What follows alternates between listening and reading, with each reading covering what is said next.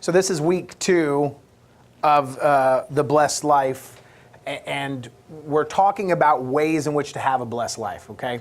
And so we covered a little bit about tithing and that at one aspect, and I think I have a message today that's going to change some of your perspective and your focus on what sin looks like and what a blessed life looks like. Proverbs 3:1-6 says, "My son, do not forget my teaching, but keep my commandments in your heart, for they will prolong your life many years and bring you peace and prosperity.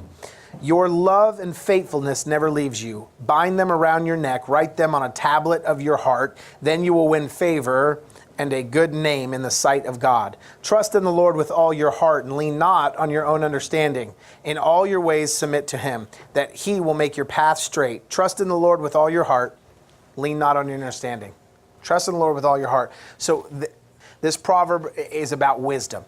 And this particular part is teaching us what it means to be blessed, what it means to be prosperous, what it means to have a blessed and long life. And what I think is very interesting about this one is that the very first thing kind of sets the tone. It says, "My son, do not forget my teaching, but keep my commandments in your heart." Okay? So the very first thing he wants you to do is put them where? In your heart. This is very important, that your heart is a central piece here. And then the next thing he says is, "Let love and faithfulness never leave them." Okay, and so much so to understand how important this is, that love and faithfulness should never leave you. He says to bind them around your neck, okay, choke yourself. And he says, write them on a tablet of your heart. I have a tablet. I haven't quite figured out how to get it in there, but I think he knew some futuristic stuff. Tablets? How'd he know? We just probably called them that, right? All right, so then you win favor with God. But in verse 5, we start to see a pattern here. We start to see a plan that you can actually implement in your life. Verse 5 says, "Trust in the Lord with all your heart." With all your mind? Heart. Heart is the thing here, because he's already established here in verse 3, "Let love and faithfulness never leave you." I mean, bind them around. You didn't bind the other things. You bound love and faithfulness. God is trying to set a precedent that love and faithfulness, and love above faithfulness, is the most important thing. Bind this thing around you. I mean, make sure you never forget it.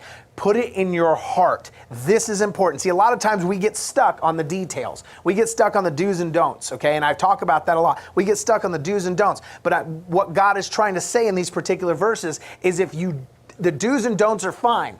But if you don't cover them in a prism, in a vision of love, if you don't cover them in a foundation of love, you're missing the point. You're going to miss something, and you're going to miss your blessing. Okay, it's not just about loving because God loved, but you're actually going to miss the blessing of God if you do the do's and don'ts without the foundation of love. So the first thing he says is trust in the Lord with all your heart.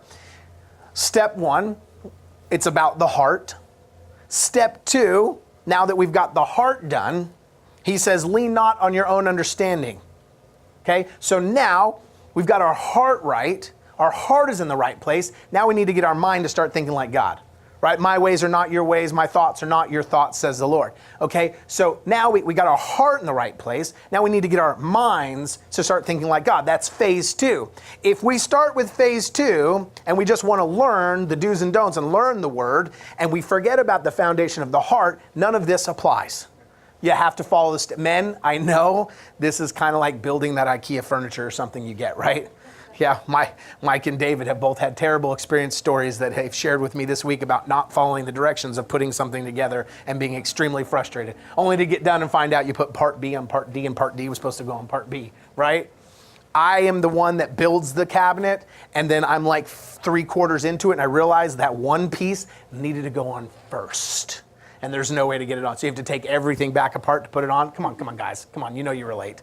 There's a couple of guys that have done that. All right, so we got to get the right order. We got to get the right perspective on how we do it. It's the heart first, then we get our minds right with God, and then in all your ways submit to him.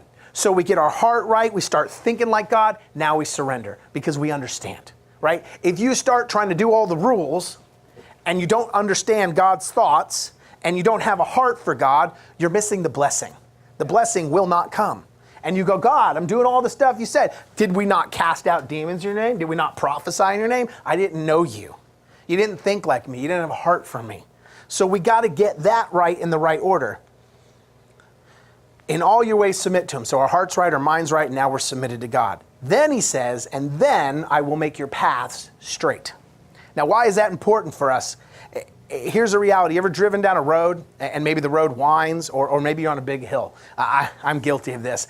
I know it doesn't just happen to me. I always get stuck behind the guy going really slow, right? In the one lane, and then you get the dotted line, so you're allowed to pass, but then you're starting to go up like a hill, and you're like, I don't know if I should pass. I don't know if I should go, because what if a semi comes on the other side? I don't know what's on the other side of that hill, right? I really want to pass him. I don't like it. And I want to go past him, but I don't know if a semi is going to come over that hill and I'm going to meet Jesus too soon, right? So you hesitate to not pass him. I want to know what's on the other side of that hill so I can tell if there is some trouble coming or if it's free and clear, right? Same thing with a windy road, right? When you go around a really windy road and you've never been around it before, what do? You slow down, right? You don't go as fast as you should because you don't know what's around the corner. You don't know what you're going to find, right? So you slow down. See, when your path is not straight, you can't see far enough ahead to know what good decisions to make, right? So God, see, he wants to give you a vision for your future. He wants to give you clear sight into your future. He wants to make your path straight so that you can see ahead where you need to go and not be on the winding road of confusion, okay? But in order to do that, we have to follow this principle of love first, a foundation of love and faithfulness that creates that. And I think so many times the reason why we're missing out on blessings in our life is because we have things in our roads that are blocking us. Okay? And so what I'm trying to get across today is that it's not a prosperity message. Blessed life is not about prosperity. Please understand that. Prosperity in the money sense. Okay? It's about living your best possible life. It's about achieving everything that God has called you to achieve. It's about running the race that God has set before you. It's about being an overcomer and being victorious in every area of your life. And I don't know about you, but I want to have every tool available to me at my disposal, right?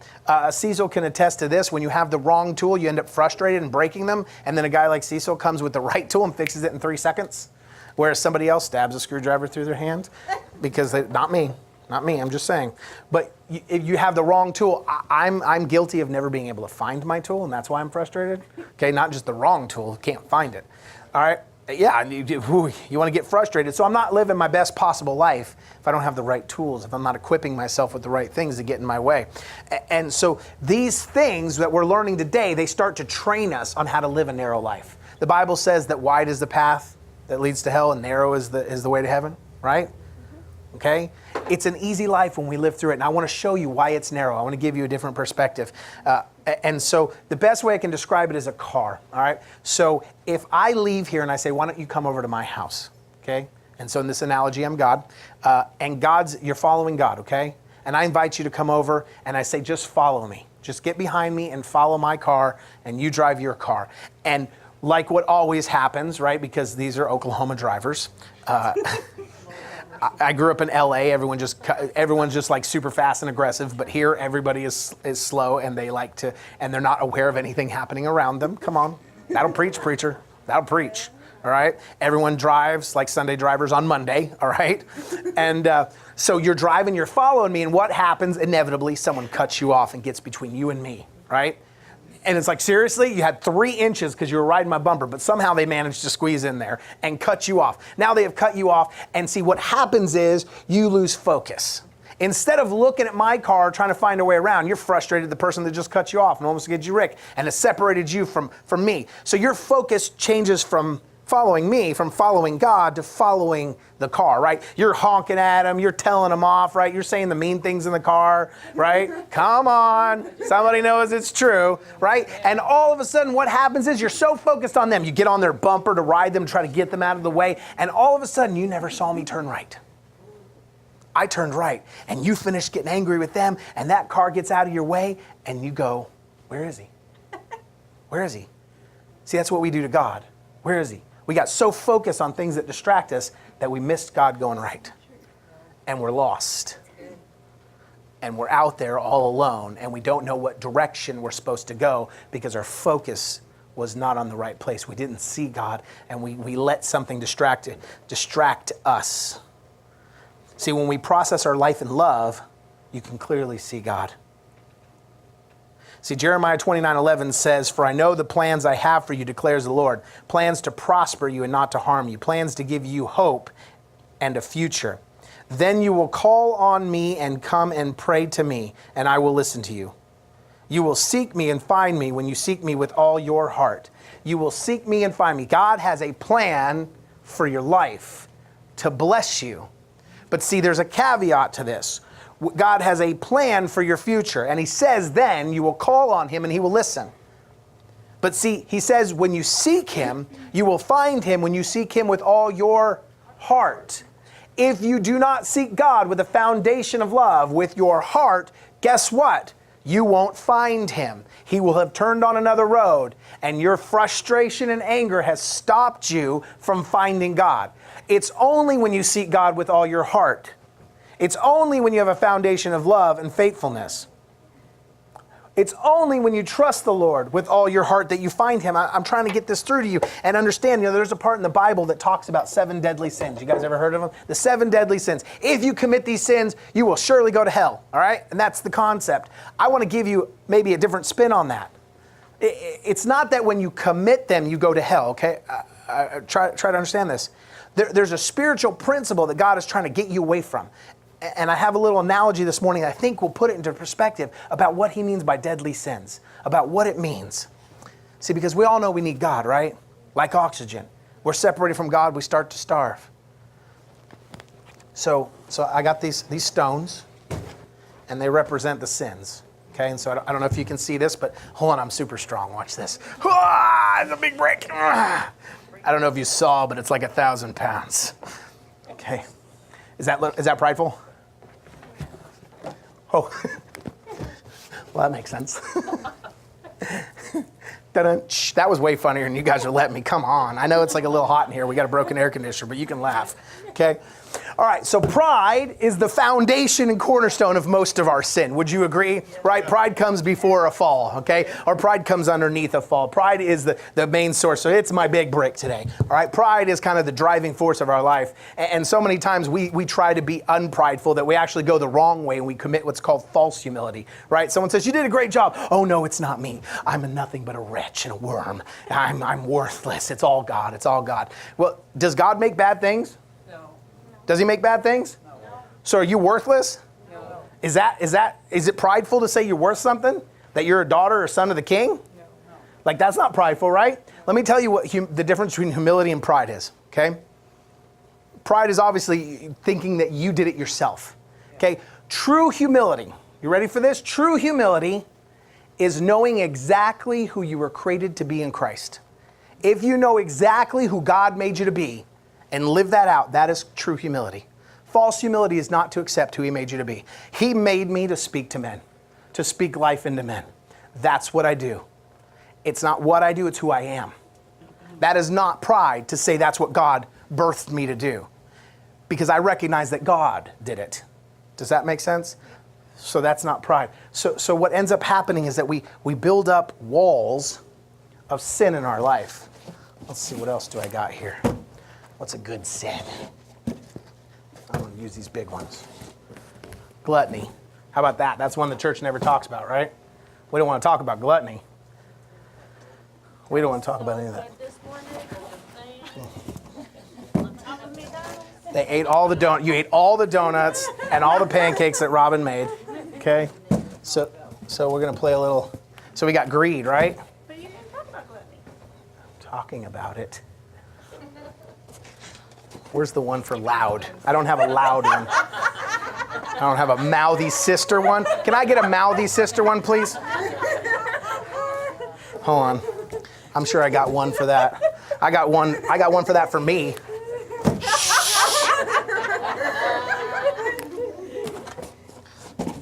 Okay. So let's talk about these. So what about sloth? Maybe sometimes we're lazy. Come on, this week I was a little bit lazy, man. I didn't feel like doing anything. You ever get like that? You don't feel like doing anything. Gluttony, we get greedy, right? Well, it's mine, right? That's why we talked about tithe. That's mine. I'm going to hold on to it. I don't care if I'm robbing God. It's mine, right? And we start doing that. We get lazy, right? We don't want to fulfill the things and the plans and the purposes, right? We want extra vacation time, right? We want to retire early. We want to do that, right? Why, or we want to be greedy, right? We want to make as much money as possible. It's all about the American dollar. Why? Because we envy our neighbors. Right? We envy our neighbors. We envy the Joneses. They have more than us. Why not me? Right? Because the reason why we envy them is because we have lust in our heart. Lust is not a sexual sin. That's just one of the facets of lust. I lust after the things of this world, right? I lust for that new car. I lust for that new house, right? I love something over God. When I have something in my heart that I love more than God, it's lust. Because love is reserved for Him and His people. Love the Lord your God with all your heart, mind, and soul. And love people, right? Everything else is lust. But I want you to see something that happens. So I've built this wall of sin in my life. These are 7 deadly sins, but I want you to understand why they're deadly. See, because when you build walls of things in your life, they get between you and the cross. See, I had Jesus right here just a minute ago. I saw God just a minute ago, but I don't know where He is.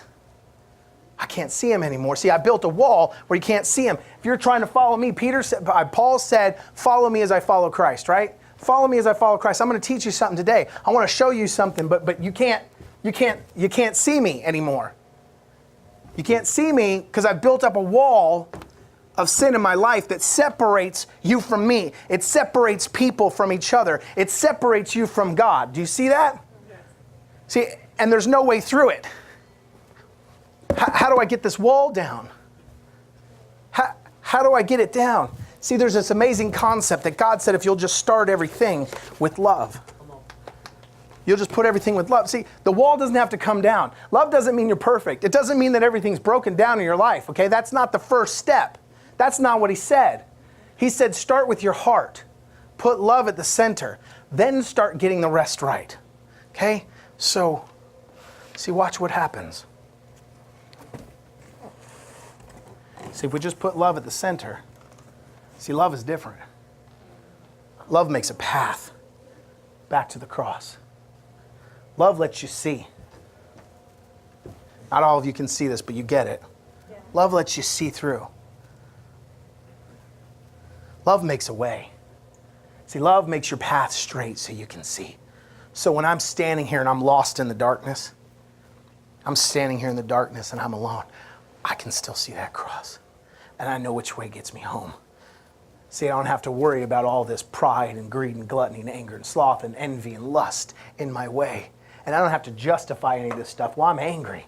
But see, it's not anger, it's justice. I just want justice. I want fair. And so I justify my sin. But see, as long as I can see that cross, I see the truth. And the truth sets me free. So maybe now that I can see that cross, I begin to have a vision of who God is. And maybe now that I have love as a centerpiece of my life, I start thinking like Christ and I start understanding who He is. And I say, you know what? I'm falling more in love with you, God. I don't need any of this lust. I only love you. So I don't need that. You know what? I saw what Christ did. He gave away everything He had. I don't care what the Joneses have. I have a God that has redeemed me from the foundations of the earth. He has set me apart and given me, He's the God of 1,000 cattle, and He's given me everything I ever need. I don't envy for anything. And slowly those walls start to come down because love is the centerpiece of my life. Let me tell you something. You know what? I'm going to achieve everything I've been set out to because God has called me to run a race. And I have purpose and passion. See, when you find out what God has called you to do, your sloth starts to slip away because you're excited about your future and what God has called you to. Do you see this? The wall starts to come down. Let me tell you about anger, okay? Let me tell you about justice, righteousness, what we like to consider. We change our anger into so many things. Let me tell you a story. Sometimes we're justified in our anger. They hurt us. They were wrong. Tell you a story. I had somebody who ripped me a pretty good new one on Facebook, tore into me pretty rotten because I didn't see their Facebook post and I didn't know something was going on in their life. I missed it, right? They didn't call me, but I got ripped pretty hard for it. And hurt my feelings pretty bad, right? How many of you guys know pastors have feelings? I know, you wish we didn't, right? But we actually have feelings. hurt my feelings pretty bad, right? And so I was like, okay, fine. That's the way you're going to treat me. That's fine. 11 o'clock on Friday night, I get a phone call on my phone, and it's this person that's hurt me pretty bad. I'm like, clearly they're butt dialing me. Or worse. So we're just not going to answer this one, right? Because I'm like, they do not mean to call me. This is a mistake. So a few minutes later, I get a text. And basically it says, hey, we have a family member and they're in the hospital. They're not expected to live another 24 hours. Will you come pray with them? Will you come and pray? I can't think of anyone else I'd want to be here. Well, that's pretty sweet, right? It's not the way I took it.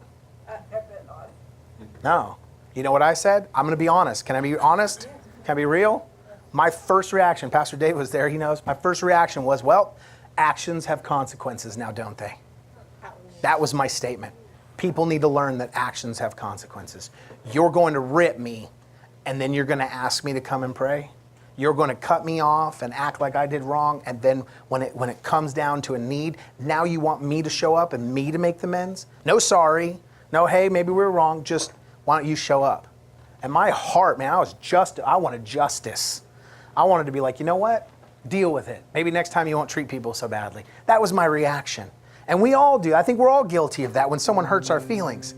And man, but here's the thing. See, I have a foundation of love. I'm preparing this message while this is happening. Seriously. And God says, what about your seed through the cross? What about this? And I'm like, oh boy, I'm blowing it.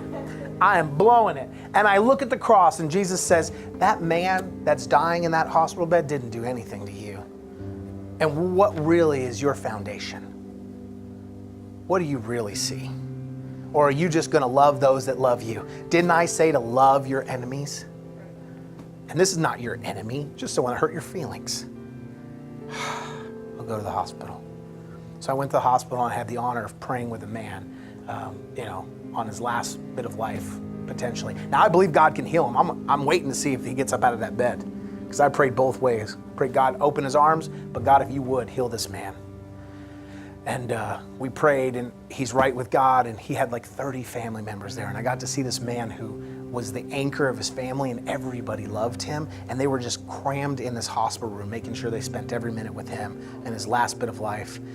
And I got to pray with those family members and minister to those family members. And I left there feeling blessed. And I left there with those people that had shunned me, hugging and thanking me and telling me, thank you, man, that was amazing. And we just appreciate it. And you've honored him. And the family's so happy, and just tons of thank yous. And I realized, because God convicted me and said, what if this is what they need to come back to me? What if this is what they needed? What if they just need somebody to show them grace once and say, it's okay, you made a mistake, I forgive you. And you're not going to do that? Yes, I am. Because I'm going to set a foundation of love. So you know what, anger? I don't have any place for you. Because all you do is stop me. I don't have any place for any of this stuff. I don't have any place to be greedy. God has not called me to that. I don't want pride in my life. All I want is love. I don't want envy. I don't want sloth. I don't want pride. I don't want any of it, because all it does is stop me from seeing God. But here's the cool thing, okay? You don't have to break your wall down today. You don't have to break everything down in your life. All you need to do is change your perspective and let love be the prism. Let love be what you look through, so that your path can be straight and you can see across. And maybe, just maybe, when you have a vision for your future, you will finally see at the end of the road that you weren't able to see around because you're winding, you would see the blessing and the prosperity and the hope of your future that God has been trying to show you since the beginning. Amen. Get the wall out of the way. Come on now. Amen. Get the wall out of the way. Let love be what pierces through it. And start knocking it down stone by stone. You have sin in your life. And the reason why it's called 7 deadly sins is because anything that separates you from seeing God leads to death. Yeah. Because you don't know which way to go. You need to get a path for your future. Your heart. Start thinking like God. Then get your stuff in order. And then your path will be straight. Amen?